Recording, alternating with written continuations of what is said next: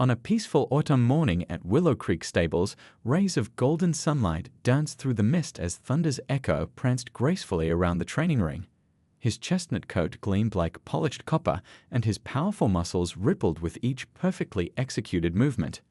The American Quarter Horse had become the pride of the entire county, known not just for his impressive show-jumping achievements, but also for his remarkably gentle nature.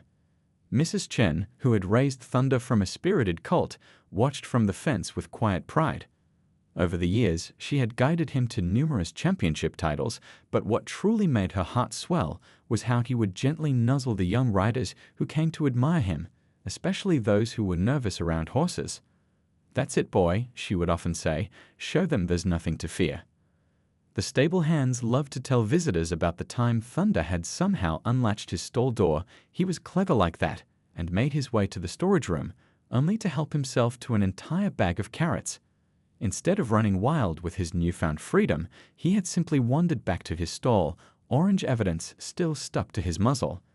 That was Thunder, mischievous but never mean, powerful but always gentle. That fateful evening started like any other training session. The autumn air had turned crisp, and storm clouds were gathering on the horizon, but Mrs. Chen wanted to get in one last practice before the weather turned. Thunder was preparing for an upcoming charity show where children from the local hospital would be visiting. He had been selected specifically because of his calm demeanor around kids. The first raindrops began to fall as they completed their warm-up laps. Just a few more jumps, Mrs. Chen called out to her assistant, who was adjusting the height of the obstacles. Thunder's hooves kicked up small sprays of water as he moved, but he remained focused, ears perked forward, waiting for his cue. He had jumped in worse weather before, and his experience showed in his confident stride. They approached the first jump perfectly, sailing over it with the grace that had become Thunder's trademark. The second jump, a slightly higher obstacle, was equally flawless. But as they turned toward the third jump, something went terribly wrong. Later, they would realize that a small drainage ditch had overflowed, creating a slick patch of mud that wasn't visible in the growing darkness. Time seemed to slow down as Thunder's back hooves lost their grip. Mrs. Chen felt the moment his powerful body began to twist unnaturally beneath her. With the instincts of a seasoned rider, she managed to roll clear, but Thunder wasn't so fortunate. The sickening sound of his body hitting the ground was partially masked by a crack of thunder, but the horse's frightened whinny cut through the storm like a knife. The stable hands rushed to help, carefully covering Thunder with blankets to protect him from the rain, while someone called the emergency vet. For hours, they stayed with him, speaking in soft, encouraging voices, trying to keep him calm. But as the night wore on, a terrible reality became clear. Thunder couldn't get up. When morning came, the storm had passed, but the darkness hanging over Willow Creek Stables was far from over. Thunder lay in the same spot, his eyes bright with fear and confusion. Mrs. Chen hadn't left his side, her clothes still muddy and damp from the night before. The local vet arrived early, his face grave as he conducted his initial examination. The mighty Thunder's Echo, who had soared over countless jumps and brought joy to so many, now couldn't even stand on his own 4 feet. The news spread quickly through the tight-knit equestrian community. People began stopping by throughout the day, bringing blankets, treats, and words of encouragement. Even old Mr. Thompson from the feed store, known for being rather gruff, appeared with a special blend of Thunder's favorite grain mix, his weathered face showing unusual concern. Nobody wanted to say it out loud, but the question hung heavy in the air. Would the beloved champion ever rise again?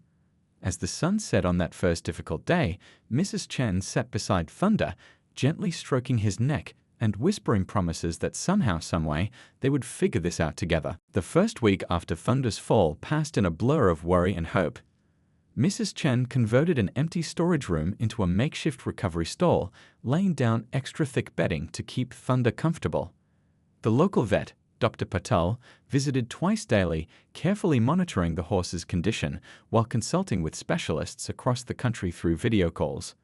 Thunder tried his best to be a good patient, though his eyes often held a questioning look that broke the hearts of everyone who saw him. He would still perk up at the sound of children's voices outside his stall and somehow managed to maintain his gentle personality despite his obvious discomfort. When the stable hands brought his meals, he would nickering softly in greeting, as if trying to tell them he was okay.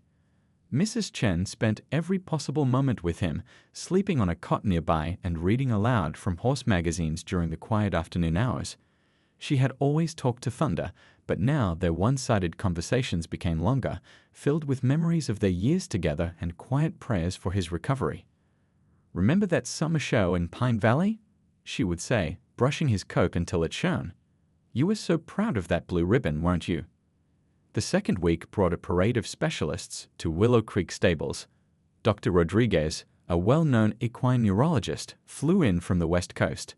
She performed a series of detailed tests, her experienced hands moving carefully over Thunder's spine and legs. Next came Dr. Kim, who specialized in horse rehabilitation and had worked with injured Olympic show jumpers. Each expert brought new equipment, new theories, and new hopes. But as the third week began, those hopes started to fade. The test results painted an increasingly grim picture. Thunder had suffered severe nerve damage to his hind legs, a rare condition that the specialists struggled to fully understand. The normal treatments, rest, medication, physical therapy, weren't showing the results everyone had prayed for. On a particularly difficult morning, Dr. Patel took Mrs. Chen aside for a conversation she had been dreading. "The damage is more extensive than we initially thought," he explained gently, his voice heavy with compassion. "Thunder is in constant discomfort, and the chances of recovery," he paused, choosing his words carefully, "they're very slim." The news spread through the stable like a cold wind. The riding students who had grown up admiring Thunder would stop by his stall, some crying quietly as they fed him apple slices and carrots. Old Mr. Thompson from the feed store started bringing extra treats on the house, his gruff voice unusually soft when he asked about Thunder's condition. Mrs. Chen refused to give up hope at first. She researched alternative treatments late into the night, reaching out to every expert she could find. Her computer screen glowed until dawn as she read about experimental therapies and miracle recoveries. But each new consultation brought the same gentle shake of the head, the same sympathetic words about quality of life and making difficult decisions. The breaking point came during a quiet Sunday afternoon. Thunder had been trying to shift positions, something he did every few hours, but this time his discomfort was obvious. His usual soft nickering turned into a sound of distress that echoed through the stable. Mrs. Chen and two stable hands rushed to help him, doing their best to make him comfortable, but the pain in his eyes was unmistakable. That evening, Mrs. Chen sat with Dr. Patel in the stable office, a cup of untouched tea growing cold between her hands. "We have to think about what's best for him," the vet said softly. "He's trying so hard to be brave, but he's suffering." Mrs. Chen nodded, unable to speak past the lump in her throat. They scheduled the procedure for the following week, giving everyone time to say goodbye.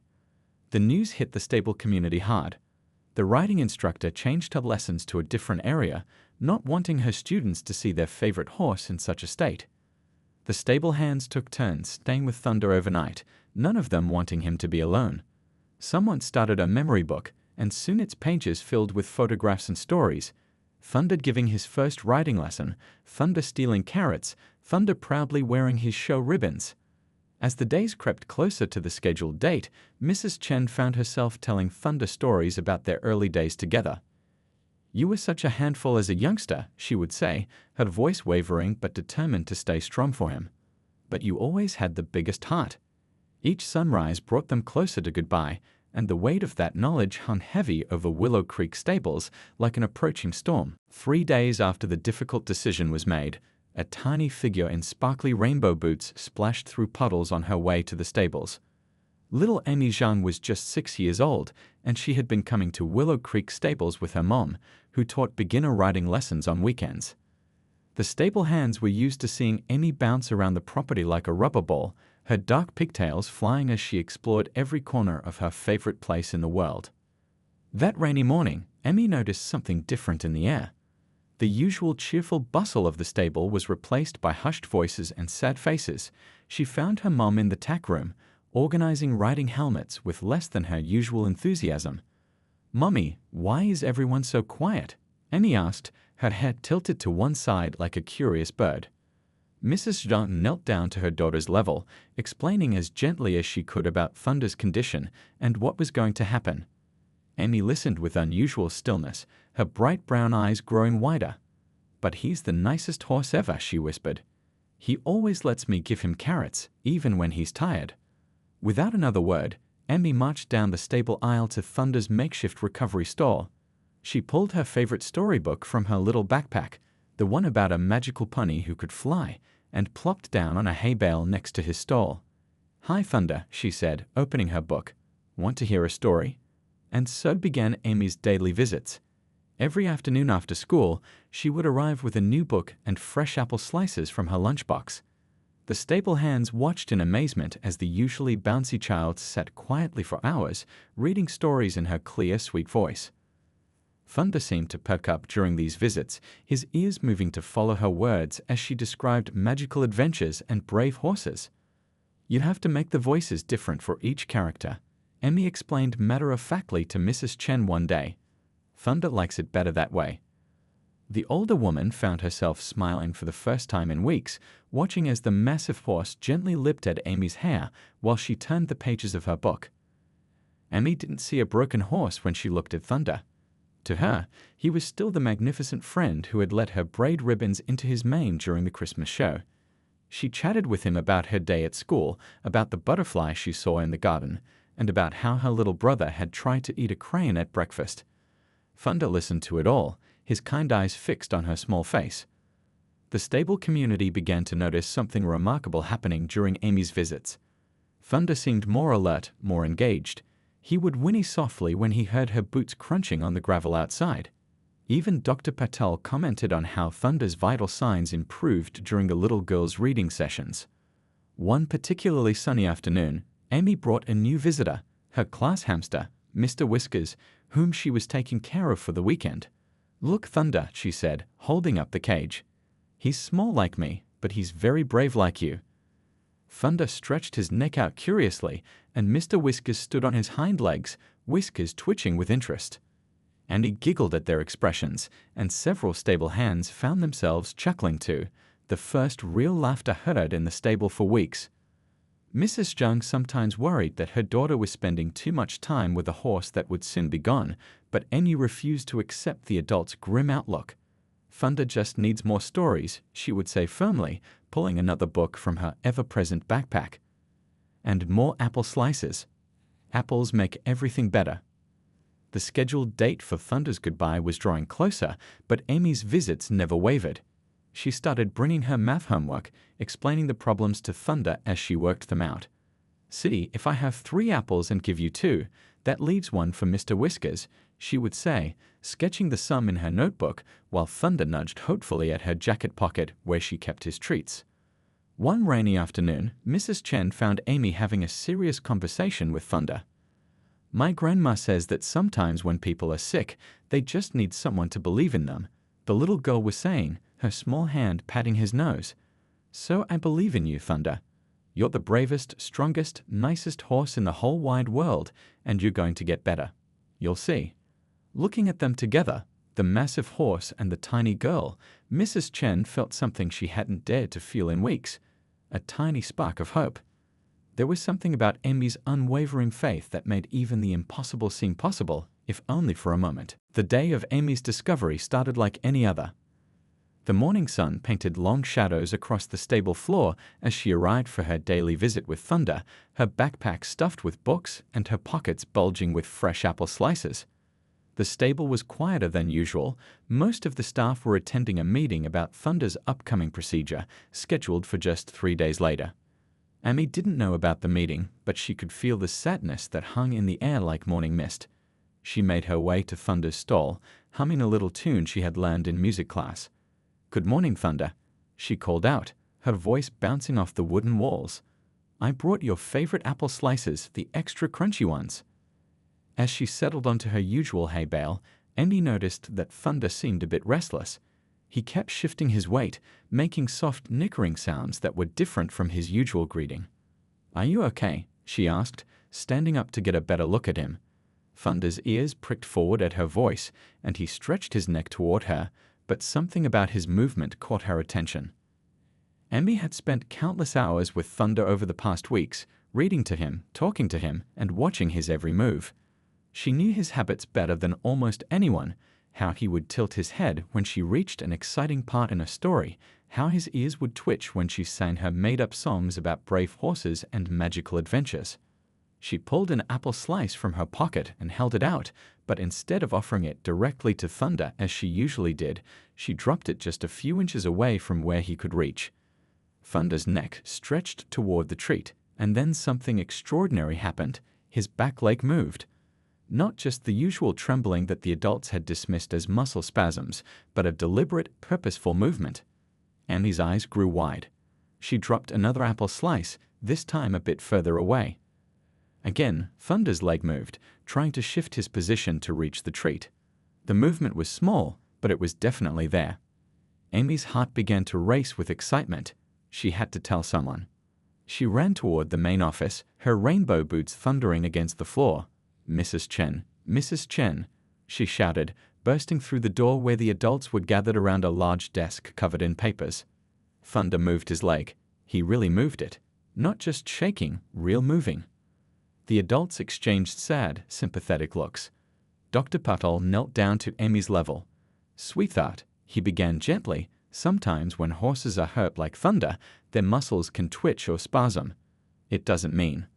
But Emmy wasn't having any of it. She grabbed Mrs. Chen's hand, tugging with all her might. "Please, just come look. Please." There was something in her voice, a certainty that went beyond simple childhood hope, that made Mrs. Chen follow her back to Thunder's stall. Emmy grabbed another apple slice from her pocket. "Watch carefully," she instructed, sounding remarkably like her first-grade teacher. She dropped the treat just out of Thunder's reach, and everyone held their breath. For a moment, nothing happened. Then, slowly but surely, Thunder's back leg moved in a deliberate attempt to reposition himself. Dr. Patel stepped forward, his professional skepticism giving way to cautious interest. He watched intently as Amy repeated the demonstration. That's not a spasm," he muttered, pulling out his phone to record the movement. "The motion is too controlled, too purposeful." The next hour was a flurry of activity. Dr. Patel performed a series of new tests, paying special attention to areas he had previously thought showed no response. Mrs. Chen called the other specialists, holding her phone up so they could see the video evidence of Thunder's movement. The stable hands gathered around, whispering excitedly among themselves. Through it all, Amy sat on her hay bale, reading to Thunder as if nothing extraordinary had happened. "See," she said between pages, feeding him another apple slice. "I told you that apples make everything better." Thunder gently nuzzled her hair in response, his eyes bright with what almost looked like hope. That evening, as the sun set over Willow Creek stables, the atmosphere had completely changed.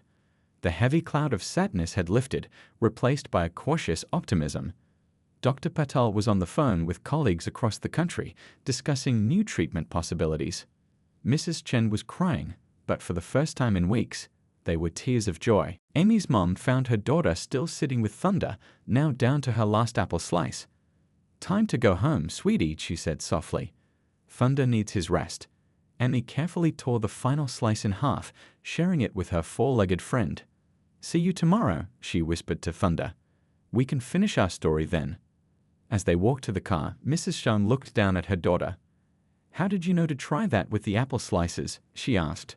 Amy shrugged, her answer simple and profound in the way that only children's answers can be. "I just watched him." Nobody else was really watching anymore. They were too busy being sad. The morning after Amy's discovery, Willow Creek stables buzzed with renewed energy. Dr. Patel had spent most of the night reviewing Thunder's case with specialists worldwide, sharing videos of the controlled leg movements Amy had revealed. The scheduled procedure was immediately put on hold, as hope bloomed like spring flowers after a long winter. Dr. Rodriguez, the neurologist from the West Coast, caught the first available flight back to examine Thunder with this new information. She arrived with dark circles under her eyes from the red-eye flight, but her face lit up when she saw the movement Amy demonstrated with the apple slices. "This changes everything," she said, pulling out her tablet to show detailed nerve pathway diagrams to Mrs. Chen and Dr. Patel. Little Emmy sat cross-legged on her hay bale, watching the grown-ups with their serious faces and medical terms she couldn't understand. She had brought extra apples today, carefully sliced by her mom that morning. "Thunder," she whispered while the doctors were discussing, "I told you that you just needed someone to believe in you." The next few hours turned into a whirlwind of tests and examinations. Dr. Rodriguez discovered that Thunder's condition was incredibly rare. A temporary nerve inflammation that mimicked permanent paralysis. The movement Emmy had spotted suggested that the nerve pathways weren't destroyed as originally feared, just severely compressed and inflamed. "It's like when you sleep on your arm funny," Dr. Rodriguez explained to Emmy, who was helping by holding Thunder's lead rope. "You wake up and can't feel it, but after a while, the feeling comes back." Thunder's case is much more serious, but the principle is similar. Emmy nodded solemnly, though she was more focused on making sure Thunder got his apple reward after each test. The stable hands gathered around as Dr. Rodriguez demonstrated special pressure points along Thunder's spine and legs. She showed them gentle massage techniques that might help reduce the inflammation. "The key is patience," she emphasized. "Recovery won't happen overnight, but now we know it's possible."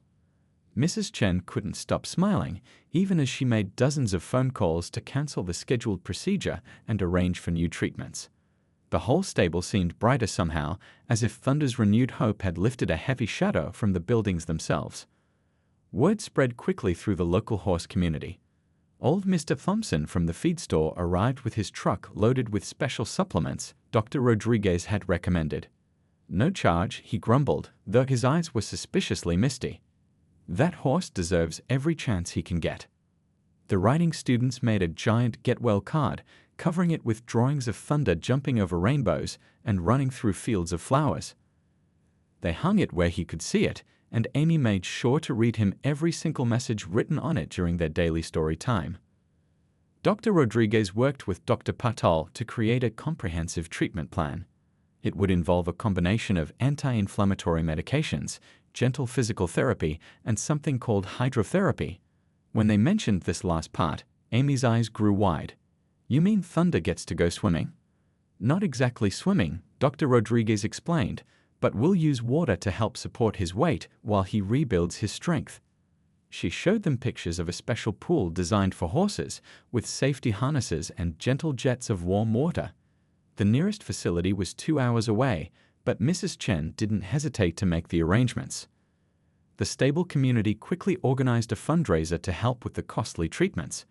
One of the older students designed Team Thunder t-shirts, while another parent organized a bake sale. Amy contributed by setting up a Reading to Horses booth where people could pay to have her read stories to their horses, just like Thunder likes. That evening, as the excitement of the day wound down, Amy sat with Thunder as usual, sharing her last apple slice with him. The sunset painted the stable in soft golden light, and somewhere outside, birds were singing their evening songs. Dr. Rodriguez, who was finishing up some notes, watched the pair with a gentle smile. "You know," she said to Mrs. Chen quietly, "in all my years of veterinary medicine, I've learned that sometimes the most important discoveries come from the simplest observations. We were all so focused on the medical tests and clinical signs that we missed what was right in front of us. It took a child's pure, unbiased eyes to see what we couldn't." Mrs. Chen nodded, watching as Amy pointed out pictures in her storybook to Thunder. "She never saw him as a lost cause," she replied. To her, he was just Thunder, her friend who needed help. As if hearing them, Thunder lifted his head from Amy's book and nickered softly. His back leg moved again, just slightly but deliberately. It was a small movement, but it carried the weight of 1,000 hopes. The road ahead would be long and challenging, but now they had something they'd almost lost. A chance. Spring melted into summer as Thunder began his journey to recovery. The first few weeks were the hardest, filled with small victories and challenging setbacks. Every Tuesday and Thursday, Mrs. Chen would arrive before dawn to prepare Thunder for his trip to the hydrotherapy facility. The entire stable worked like a well-oiled machine, one person bringing his special breakfast, another preparing the trailer, everyone playing their part in Thunder's recovery story. Amy insisted on coming to every hydrotherapy session that didn't conflict with school. She would sit beside the special pool, her homework spread out on a folding chair, reading aloud to Thunder as he worked in the water. The hydrotherapy technicians grew so used to her presence that they kept a special step stool behind the counter just for her, so she could see better over the pool's edge. "Look, he's doing his water dance," Emmy would exclaim as Thunder moved his legs in the warm water, supported by special flotation devices. The therapists smiled at her enthusiasm, though they called the movements aquatic physical therapy exercises. To Emmy, everything Thunder did was special, even the smallest toe wiggle. The stable community rallied around Thunder in ways that touched everyone's hearts. A local carpenter built a special support harness system in Thunder's stall, allowing him to practice standing for longer periods. The neighborhood kids started a Thunder's treat garden, growing carrots and apples just for him. Even the grumpy mail carrier began bringing sugar-free peppermints, Thunder's favorite treat during therapy sessions. Dr. Patel visited regularly to monitor Thunder's progress, always greeted by Emmy's detailed reports. "He moved his back leg 3 times during story time yesterday," she would announce, flipping through her special notebook where she kept track of every movement. The doctor took her observations seriously, often including them in his official medical notes. As summer progressed, Thunder's improvements became more noticeable. The small twitches turned into more controlled movements. The hydrotherapy sessions grew longer as his strength increased. Mrs. Chen started crying happy tears the day Thunder managed to stand unassisted for a full minute, a milestone that called for a proper celebration. The stable organized a small party, complete with carrot cake for the humans and a special herb-packed treat ball for Thunder. Emmy arrived wearing her Team Thunder t-shirt decorated with hand-drawn stars, carrying a new book she'd saved up her allowance to buy, all about a horse who overcame great odds to become a champion. But recovery wasn't always a straight path forward. There were difficult days when Thunder seemed tired or discouraged, days when the pain made him less interested in visitors or treats. During these times, Amy's unwavering spirit proved invaluable. She would sit quietly with him, sometimes just humming softly or telling him about her day at school. "Everyone gets tired sometimes," she told him one particularly challenging afternoon. "My mom says that's why taking naps is important. Maybe you just need a really good nap and tomorrow will be better." Her simple wisdom often brought smiles to the faces of the adults around her. The physical therapy exercises grew more complex as Thunder gained strength. Dr. Rodriguez designed a special program that combined water therapy with gentle ground exercises. The stable hands learned to help with these exercises, each taking turns to support Thunder as he worked on rebuilding his muscle strength. Amy took her role as Thunder's cheerleader very seriously. She made a progress chart with stickers, adding a new one every time Thunder reached a goal. "City," she would tell visitors, pointing to the growing collection of star stickers. "He's getting stronger every day, just like a superhero." One hot afternoon, while Thunder was resting after his therapy session, Mrs. Chen found Amy drawing pictures in her notebook. "What are you making?" she asked, sitting down on the hay bale beside her. Amy held up her drawing. A somewhat wobbly but enthusiastic sketch of Thunder wearing a cape. "It's Thunder as a superhero," she explained seriously. "Because he's super brave and super strong, and he never gives up. That's what superheroes do, right?" Mrs. Chen hugged the little girl, touched by her constant faith in Thunder's recovery. The summer days grew longer, filled with a routine of therapy sessions, exercises, and rest periods. Thunder's progress, though slow, was steady. Each small improvement was celebrated. The first time he shifted his weight without help, the day he managed to take a shaky step with support, every moment that brought him closer to standing on his own. Through it all, Annie remained Thunder's most dedicated supporter. She started teaching him new tricks, gentle ones approved by the doctors, like nodding yes or no in response to questions. "City," she would tell anyone who would listen, "he's so smart. He just needed time to get better, that's all." As August drew to a close, the stable held another small celebration, this time marking 3 months since the day Emmy's discovery had changed everything. Looking at Thunder in his stall, surrounded by people who believed in him, it was hard to remember the hopelessness that had filled the stable just a few months before. The road to recovery was long, but with every small step forward, the destination grew closer. 1 year after Thunder's accident, Willow Creek Stables was preparing for a very special celebration. The morning sun painted the autumn sky in shades of pink and gold, much like the day when everything had changed. But today, instead of sadness, the air buzzed with excitement and joy. Thunder stood proudly in his freshly cleaned stall, his coat gleaming like polished copper. Though he would never return to competitive jumping, he had found a new purpose that touched more lives than anyone could have imagined. The stable yard was decorated with colorful banners announcing Thunder's first anniversary as a therapy horse, and welcome to our special Friends Day. Amy, now 7 years old and missing her 2 front teeth, rushed around helping to hang decorations. She wore her favorite Team Thunder t-shirt, now slightly faded from countless washes, but still her proudest possession. Thunder, she called out as she passed his stall. Are you ready to meet all your new friends? The past few months had transformed both Thunder and the stable. Once his recovery reached a stable point, Mrs. Chen had an idea. She remembered how Thunder's gentle nature had helped calm nervous young riders, and how Amy's presence had been so crucial to his recovery. Working with Dr. Patel and a certified therapy animal trainer, they developed a program to train Thunder as a therapy horse. Now, every week, Thunder helped children with different abilities discover the joy of connecting with horses. Some children came with physical challenges, others with emotional ones, but Thunder seemed to know exactly what each child needed.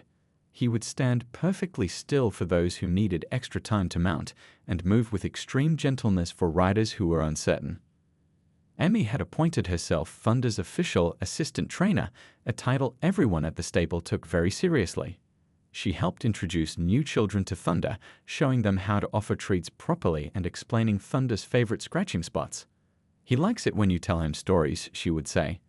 That's how we became best friends.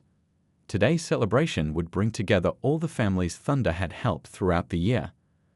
The local newspaper had even sent a photographer to cover the event. Mrs. Chen watched as cars began pulling into the parking area, carrying families who had become part of the Willow Creek community through Thunder's program. Little Danny, who had been afraid to speak after an accident, arrived wearing his own Team Thunder shirt. He had spoken his first words in months while sitting on Thunder's back, whispering a story about butterflies. His parents said he hadn't stopped talking since. The twins who used wheelchairs came next, their faces lighting up when they saw Thunder. Their physical therapist had worked with Mrs. Chen to develop special exercises they could do with Thunder, and their progress had amazed everyone. They could now mount Thunder using the special ramp the community had built, their confidence growing with each session. Dr. Rodriguez flew in specially for the celebration. She stood with Dr. Patel, both of them watching Thunder greet his visitors with gentle nickers. You know, Dr. Rodriguez said, I've presented Thunder's case at 3 veterinary conferences. Nobody can quite believe it until they see the videos. Old Mr. Thompson from the feed store arrived with a truck full of fresh hay and his famous horse treats. On the house, he said gruffly, though everyone could see how proud he was of the stable's success. Thunder's earned it, hasn't he? The highlight of the day was a special demonstration. One by one, Thunder's young friends showed what they had learned. Some rode with assistants, others just led Thunder around the ring, but each achievement was celebrated with enthusiastic applause. Emmy watched from her spot near Thunder's head, beaming with pride at each success. Mrs. Chen gave a short speech, her voice thick with emotion, as she recounted the journey from those dark days a year ago to the joyful present. She spoke about hope, about the power of believing, and about how sometimes the greatest wisdom comes from the most unexpected sources. Everyone knew she was talking about Emmy, who was too busy helping a new child pet Thunder to notice she was being talked about. As the afternoon wound down, Thunder stood in the autumn sunlight, surrounded by children offering him treats and gentle pats. He might not be soaring over jump rails anymore, but he had found a new kind of victory, one measured in smiles, progress, and moments of connection. Emmy sat on her usual hay bale, sharing an apple with Thunder just like she had done that first day. You're still the bravest, strongest, nicest horse in the whole wide world, she told him just as she had a year ago. Thunder gently nuzzled her hair in response, making her giggle. The story of Thunder's echo and little Amy Zhang became more than just a tale of recovery. It became a reminder that sometimes the most powerful medicine is simply being seen, being believed in, and being given a chance. The miracle at Willow Creek wasn't just about a horse learning to walk again. It was about a community coming together, about hope winning over despair, and about how the pure, unshakable faith of a child could change countless lives. As the sun set on the celebration, casting long shadows across the stable yard, Thunder stood strong and proud, surrounded by the lives he had touched. He might not have been the champion show jumper he once was, but he had become something even more valuable, a champion of hearts, helping others find their own strength, one gentle step at a time.